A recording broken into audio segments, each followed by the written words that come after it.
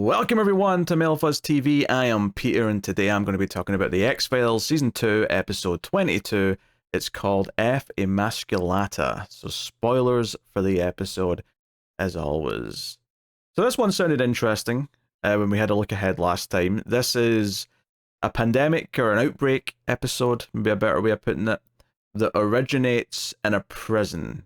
But there's some escaped prisoners who might be infected, so you've got like a manhunt for prisoners going on, as well as the sort of central try to contain the virus in the prison kind of story. But it kind of also spirals into a couple other things, namely the idea of hiding the truth from the public. You know, X-Files loves talking about the truth, and Mulder loves getting in a tizzy over it. But also just some greater conspiracy things, and kind of like whether or not this outbreak was intentional in some form. Which it seems that it was, for testing purposes, by an evil pharmaceutical company. So the powers that be are on the side of the evil pharmaceutical company. And I will say, as a fan of the Resident Evil video games, I felt right at home talking about evil pharmaceutical companies, because Umbrella Corporation, they may as well just named it that. Obviously Resident Evil didn't exist yet, right? If anything, this is the sort of thing that inspired the creation of the Umbrella Corporation. But that's all I could think about whenever they started talking about that. It was like Pink something or other. It was the name of the company, but that's not really the important part. Yeah, it's a pretty solid episode for the most part. I really like the opening kind of like chunk of it, and I quite like the ending chunk of it. If anything, I would only just maybe critique that it sags a little bit in the middle when it gets into talking about how the virus spreads and whatnot. That somehow ended up being the least interesting part.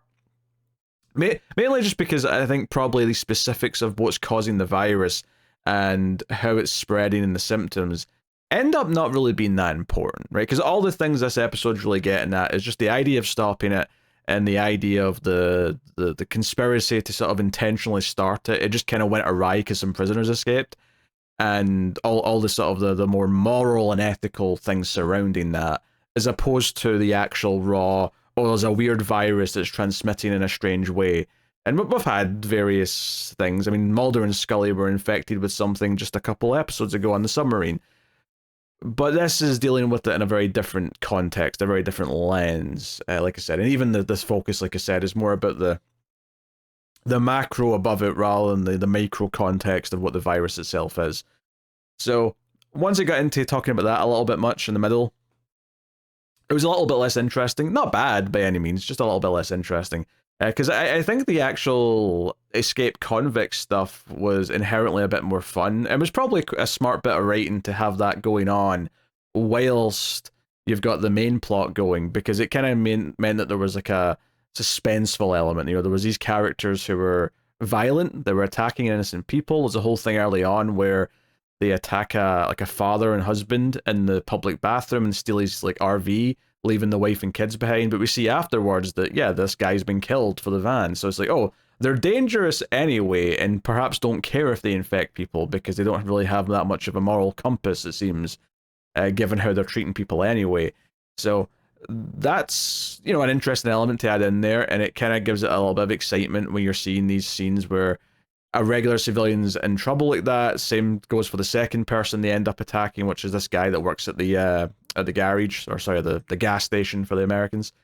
Like, those moments like added a nice level of kind of, you know, just excitement and suspense, because there's like, you know, I think both of them treat the moment with some cinematic flavor, right? The first scene in the bathroom, our main prisoner, who's the long-haired one, there's two guys, the other guy's got short-haired, and he's already sick. The short-haired guy's sick and already feeling weak. But the long-haired guy is like hiding in one of the stalls. So they do the classic thing where the dad comes out of the bathroom and the foot just comes down into frame. Obviously, he was hiding by standing on top of the toilet seat. So that's effective in its own right. It works, you know, it's simple, it's nothing new or original. But then you've got this like really extreme low-angle shot looking up at him as he's like waiting behind the door, like sort of building up to making his move. And it's that kind of like moment of waiting that kind of gives it a little bit of flair. It's likewise in the garage scene later. The attendant comes out to check on the camper because it looks unattended, and he's like poking around to see if he can find anyone. And you genuinely kind of know that at any point the prisoner who's more violent might jump out and attack him. which he ends up doing, but not until after he finds the other prisoner sick lying on the bathroom floor. So you've got kind of like two threats to him here. Is like, okay, they might just kill him, and even if they don't kill him, turns out he survives this blow to the head. But there's the risk that he got infected with the other guy because they don't know how it spread yet.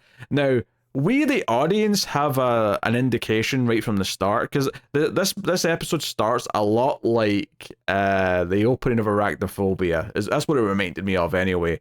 I suppose you could argue it started like Madam Web if you've seen that, and if you have seen that, then I apologize. But you can go check our 2 hours and 40-minute review on Extra Reels, our Patreon exclusive show, over at patreon.com/MailBuzzTV if you really want people yelling about how bad that movie is. But what I mean by that is that we follow this like scientist researcher who's in Costa Rica, just a few miles away from the Jurassic Park Islands, right? Because they're off the coast of Costa Rica.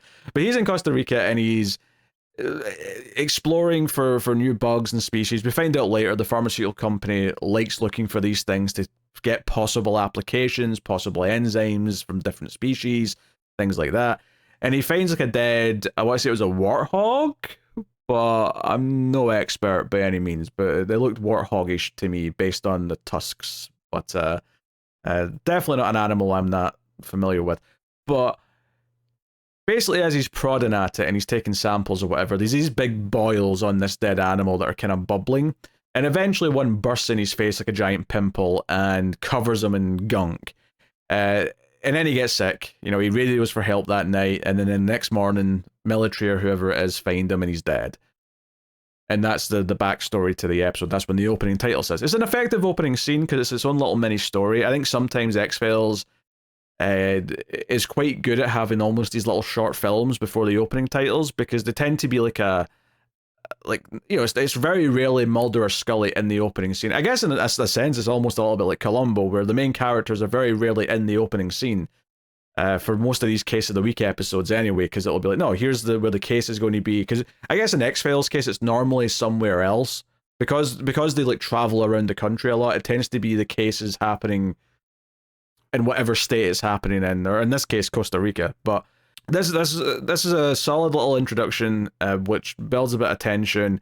It looked good for the pretending to be in this more tropical location. It seemed fine to me in terms of that. It had a little bit of atmosphere.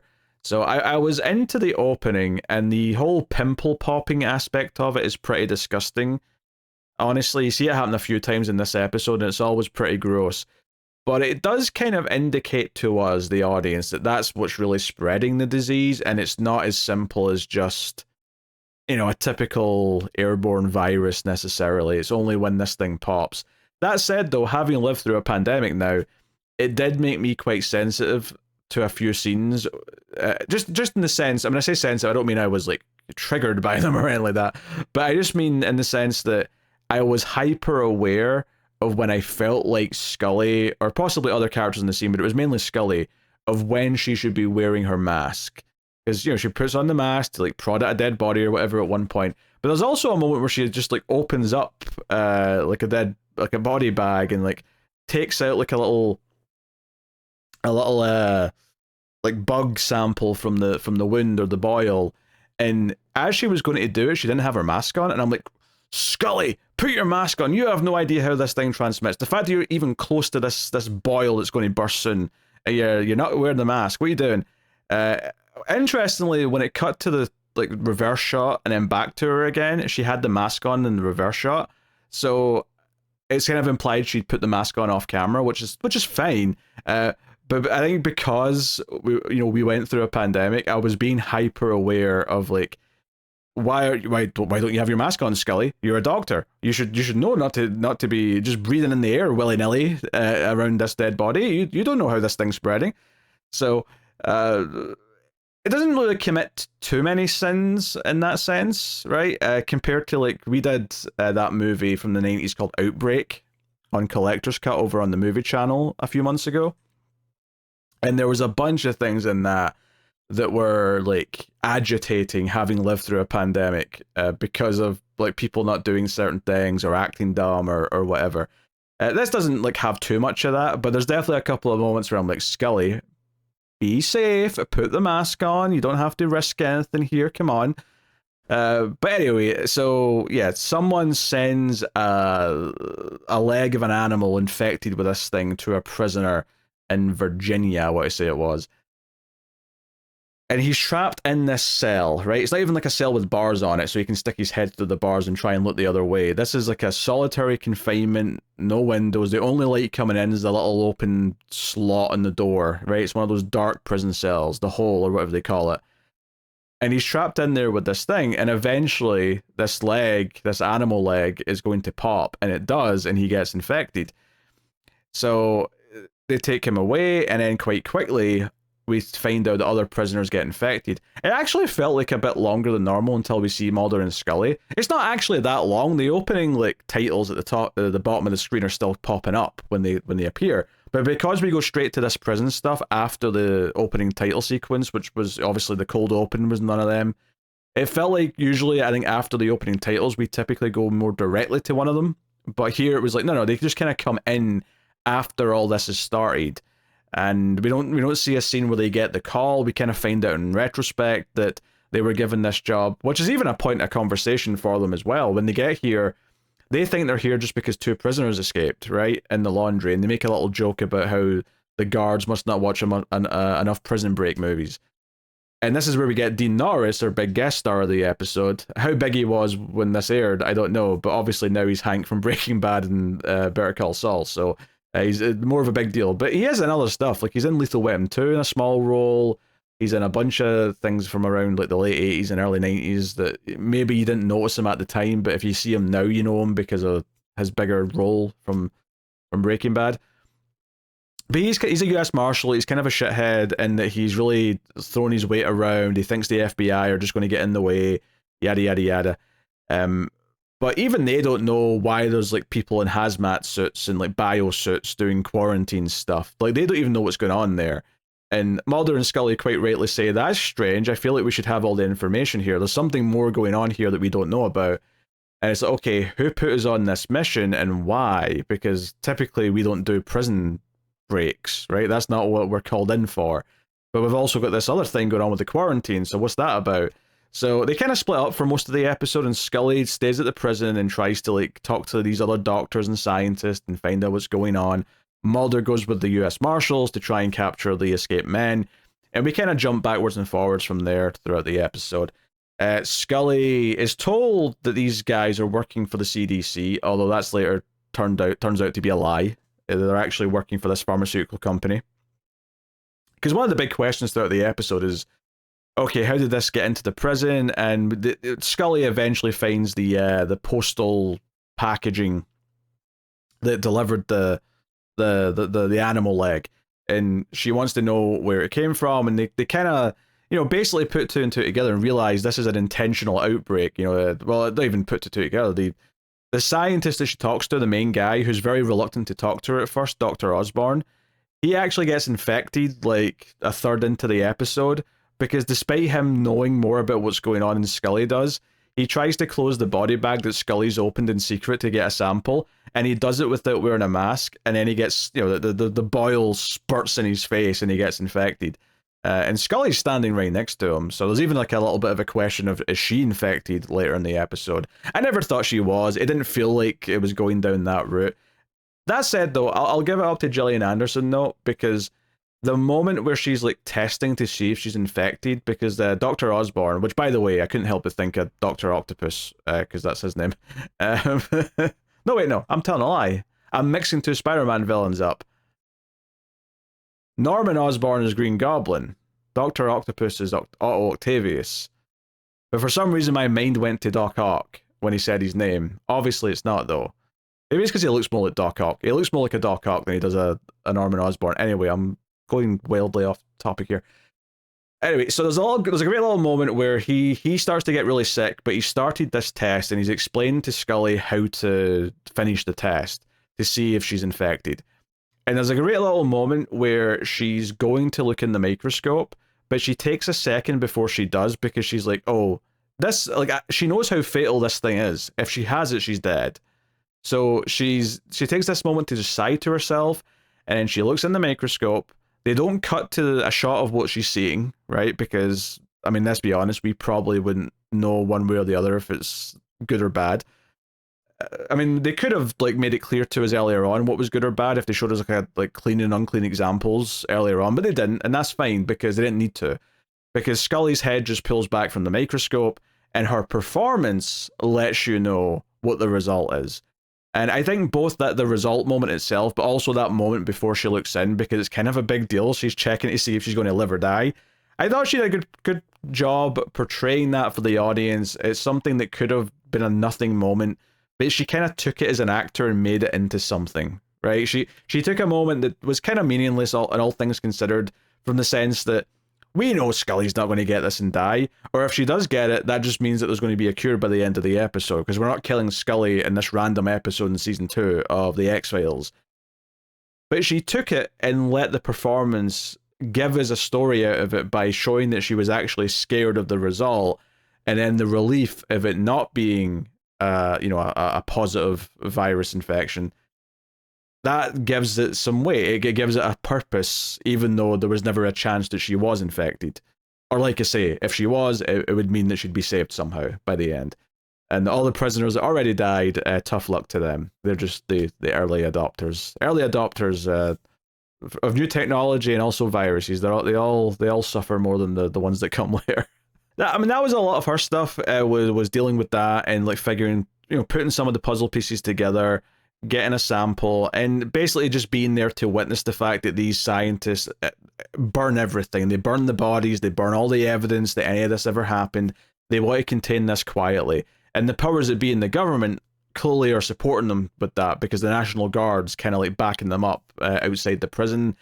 So it's like, okay, that means that we have to prove it some other way if we're going to. And that sort of leads to the other big thematic thing of the episode, is that Mulder feels very strongly about telling the public this nefarious thing has happened. And when he asks Skinner about this, Skinner says no, like that'll just cause a panic. Or maybe he doesn't say that, maybe it's the Smoky Man that says that to him, because he goes to see Skinner and then the Smoky Man's sitting there all ominous, because Mulder says, who gave us this job? They did it intentionally, something's going on here. And then it turns out, the Smoky Man's sitting there, clearly this came through him. And he talks about how, spreading the panic is only going to endanger more people. He talks about an outbreak that happened in the 80s that was contained because no one knew it was happening. And Mulder doesn't want to accept that. He accuses Skinner of being culpable and covering it up. He storms out of the office. But what's interesting about all that, though, and it makes sense because Mulder loves being truthful and revealing the truth, exposing the truth. He wants the truth. Mulder's he's got a hard on for the truth. You know what he's like.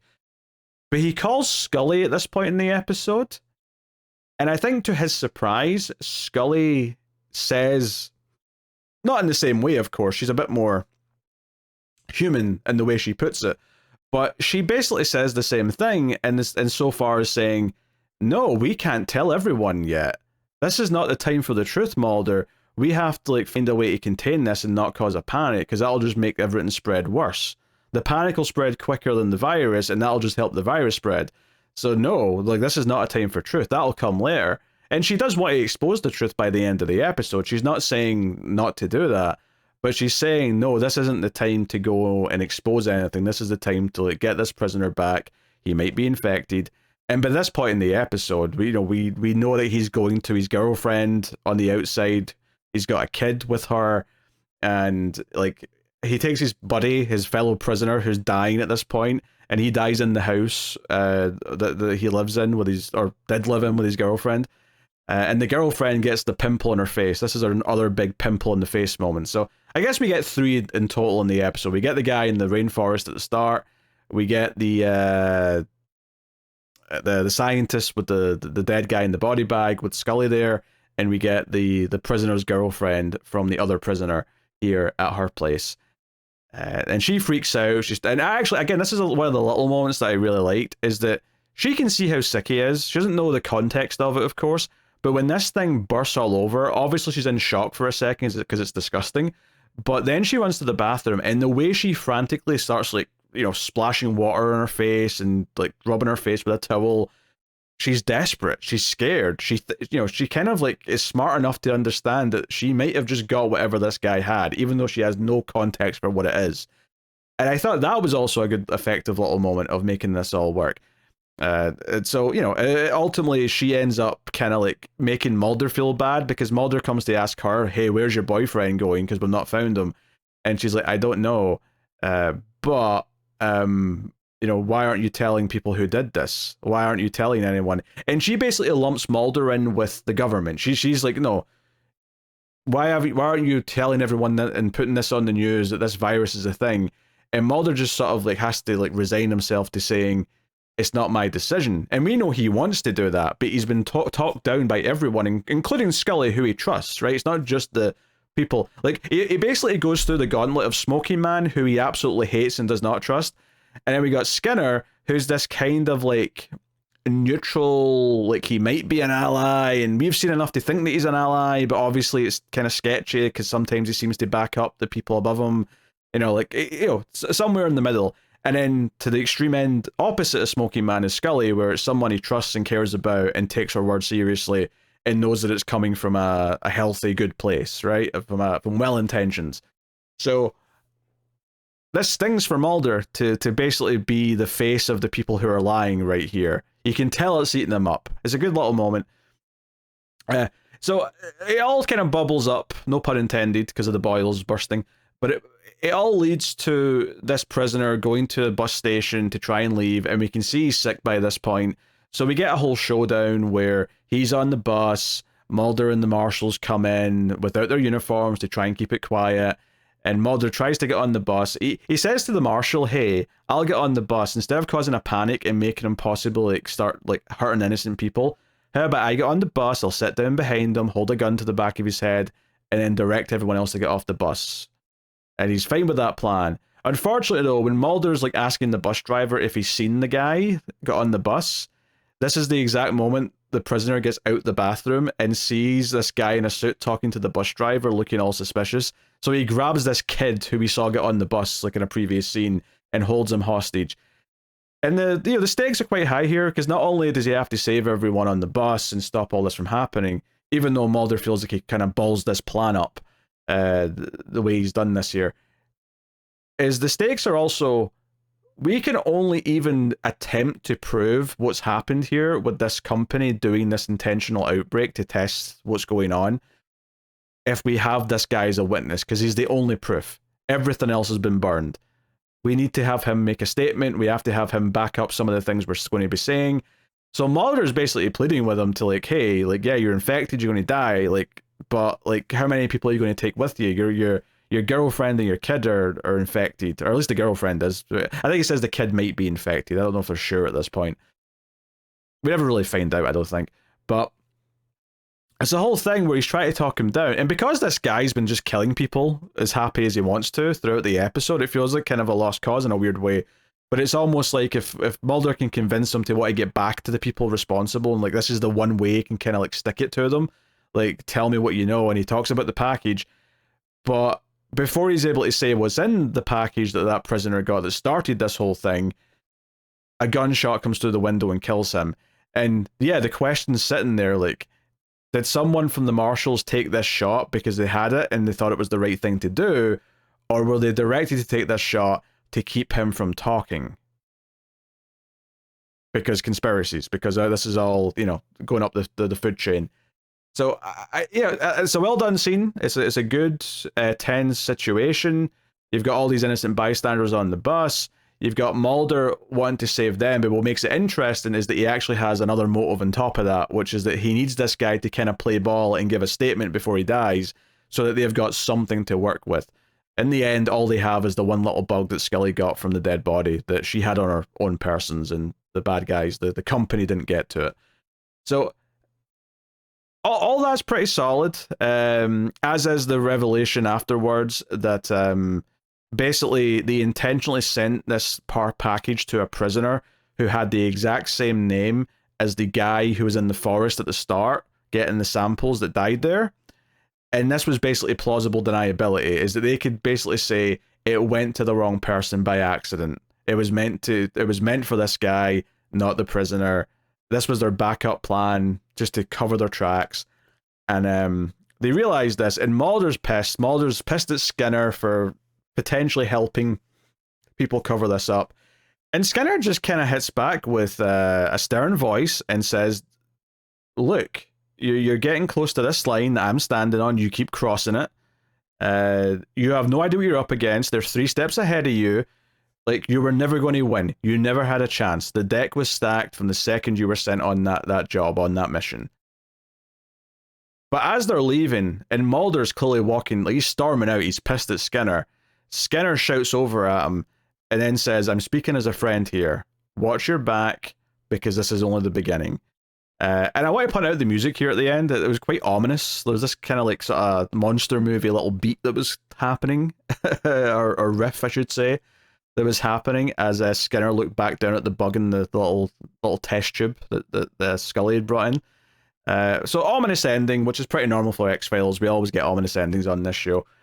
If I was to point out any critiques I have, the 2 that spring to mind, one is just the vague idea of the powers that be is something that this show has brought up so much since the start of the show that I feel very little towards it, right? I appreciate kind of the dynamics of how all this played out, but this, that final line, this is only the beginning, I'm like, yeah, you could have said that at the end of episode 1 of season 1 and it would have been just as valid as here. It just kind of makes it feel like we've not really progressed in terms of the overall like conspiracy narrative when you say a line like that.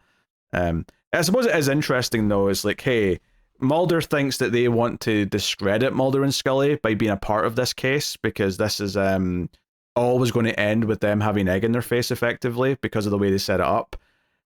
Or was part of it maybe that they might even die because they might get infected, and that's also a good outcome for the G-men, as it were. Is that also something it's like, oh, our hands are clean and Mulder and Scully, one or the other or both, have been taken out of commission, and we can now wipe our hands off them. I don't know, maybe that was a possibility. Maybe this idea they're taking more nasty, deceptive tactics to try and put Mulder and Scully in danger is an interesting path to go down. But that's a minor critique though, that one about this like whole idea of the powers that be feeling a little bit whatever. I say it's minor because at this point, like, I don't really care that I don't care, if that makes sense. Like, I've kind of accepted early on in the show that I'm never going to be that excited by that element of it because it does just kind of feel like a lot of... It feels like a lot of hubbub that I don't know if they ever are going to really properly conclude or answer. Maybe they will. The vibe I get right now is I'll be surprised if we ever get a satisfying kind of ending to that element of the mystery of the show. But more direct to this episode, though, is that I do think the relationship with Dean Norris's character between Mulder and him felt like it was on the cusp of trying to have like a proper like arc or story, and it just never quite got there. And maybe that's just because they were focusing between the two sides of the plot so much, there just wasn't enough time. Maybe they had to cut out a couple of scenes with them. But he was so confrontational, or just like he was so aggressive with Mulder when they first showed up at the start, and he was kind of throwing his weight around saying he was in charge, Mulder will just get in the way, and he has a bit of an attitude whenever Mulder suggests things. And Mulder does give some good ideas where he basically traces where the criminal's going based on like tracking the phone call. Like, he phones the provider and says, I'm an FBI agent, who dialed the last number here, where is that number? And that led them to the girlfriend's house later in the episode. So there's enough there, bare bones wise, to say, oh, by doing that, he's kind of earned Dean Norris's respect, so that's why he listens to him a bit more later in the episode.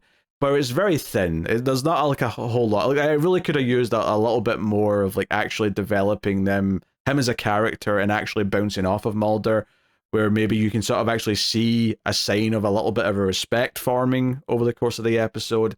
I know it's not the focus of this episode, but given how much they kind of like butted heads at the start, it felt strange to me to either have them get over that by the end and feel like there's been a bit of respect formed, or outright sort of treat Dean Norris' character as more of a constant antagonist to Mulder, a constant obstacle for a protagonist to go through. because he's always in the way. Although, admittedly, I think that would be a little bit strange in the sense that, you know, there's someone kind of doing that on the Scully side, the other scientist who's kind of in charge, who we don't see that much of. He's only in 2 scenes. Like, he's there early on when he tells Scully to get lost, and then he's there at the end when they're burning everything, and he just denies, you know, he doesn't even deny that the company's behind it. He just says, you can't prove anything. No one will believe you. And that's what he says to a federal agent. That's how powerful the people at this company think they are. So, and possibly are just that powerful. Like, I'm not saying they aren't, but that's the impression he was giving off here.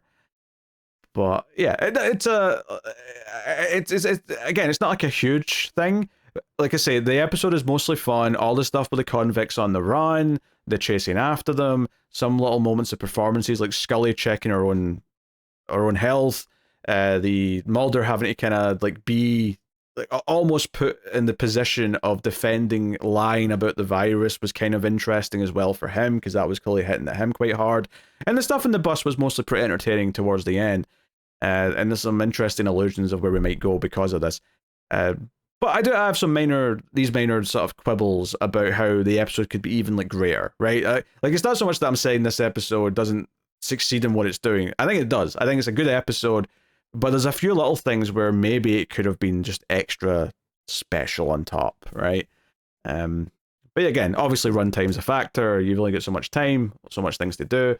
I do wonder if admittedly, this would maybe limit some of the stuff that Scully was doing in the episode. I'd keep her like testing herself, but if you cut down in some of her stuff with the scientists, where some of the exposition doesn't feel that important once he starts explaining how it spread, to be honest, like maybe you could have given a bit more time to Dean Norris's character and like his relationship with Mulder to develop that. Maybe you could have like, you know, exchanged a little bit of the screen time there.